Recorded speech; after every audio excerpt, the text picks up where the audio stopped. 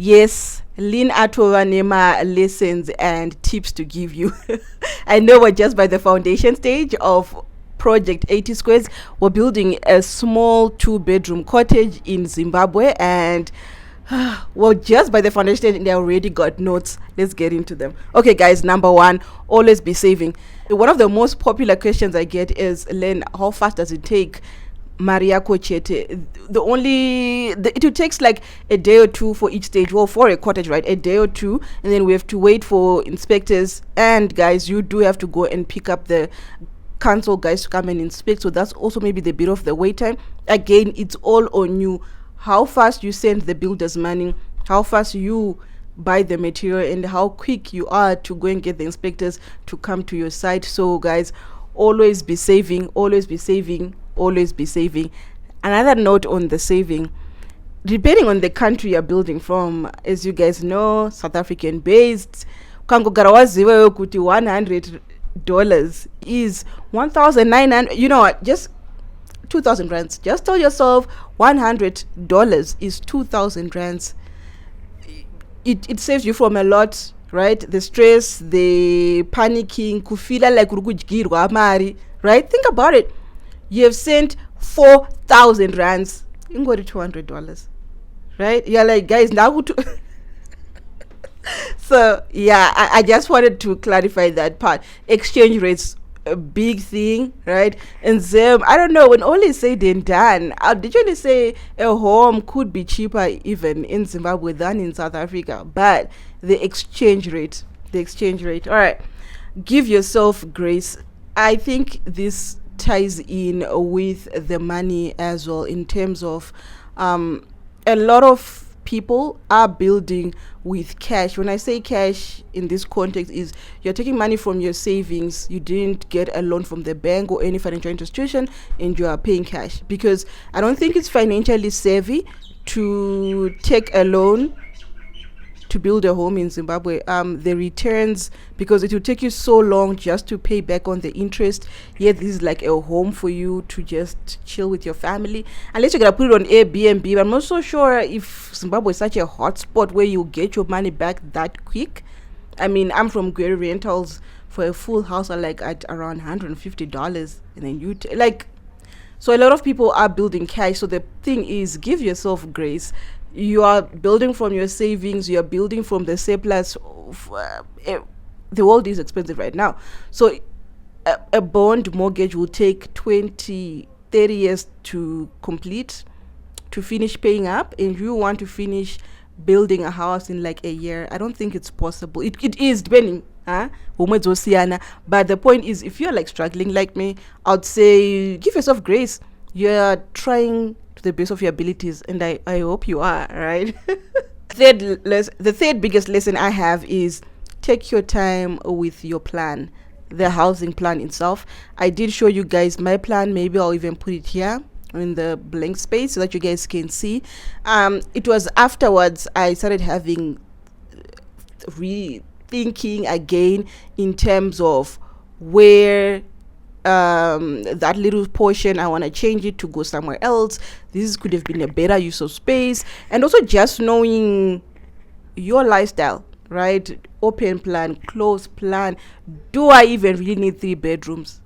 Do I need a garage? How big should my kitchen be? Do I need a lounge and living room? You know, so many things. I know a lot of things are trending. You go on Pinterest, if you're like me, always on that app, and you see so many nice things. You're like, I want that, right?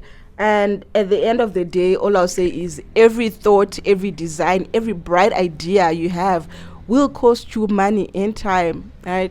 Let's do my project an opera, something neat, something beautiful, something functional that goes with your lifestyle. That's my 2 cents on the plan. 5, watch out for burnout. Oh my goodness, I think the burnout mostly comes from guys, money.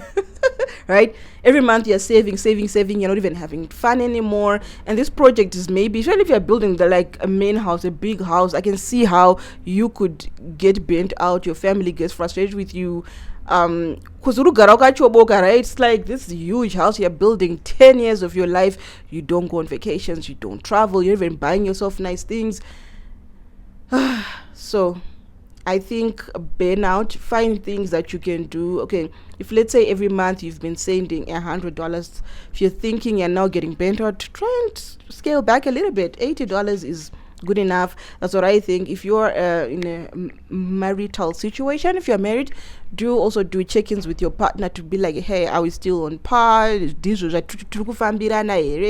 all of that. Because one thing that I have noticed is you might be so passionate about this little cottage, and maybe your partner is in, but also has other things that they are also just as passionate about, and they're just as important to them, and it will benefit the family.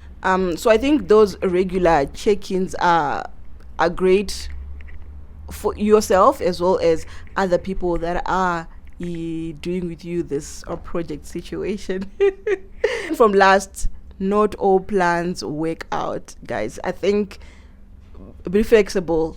My dad was like, I think start with a smaller house, because I just wanted to like start big, and I'm forever grateful for that advice, because I'm learning to be flexible. Remember, I did say that the amount we were paying for water was a lot, right? And it was $250 to build a well. Unfortunately, our next door neighbor told us that she had to dig 80 meters down for them to reach to where the water was. So that just means a water table in our area is quite low. We even asked the other neighbor, they're like, nah, they struggle to get water.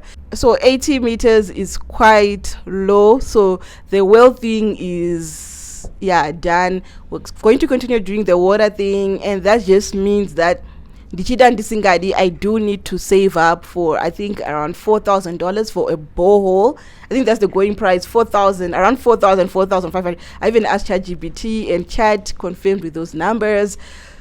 So stay flexible, stay loose. Otherwise, I'm talking with a BP. And the last thing that I do want to comment is project management. I do want to take this time to thank my family that has been going and working on the project. I don't think I would be able to do that. So that's the biggest lesson there, guys.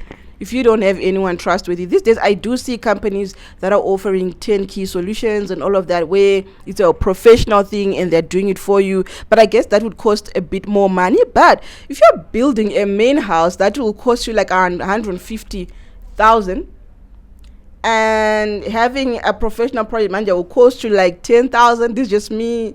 I would say spend the 10K. Spend the 10K. I think it's worth it, right? Versus the money you would lose, the delays, the substandard work, right? If you can't do that, perhaps maybe save and then come to Zim at a time. But like I told you, I don't know. I don't know if that would work, but I think having good project managers is the best way to go. But anyway, guys, those are the lessons I've gotten so far. But as you can see, guys, they're all around money, right? You need to always be saving. The stages move fast. It's okay to like wait.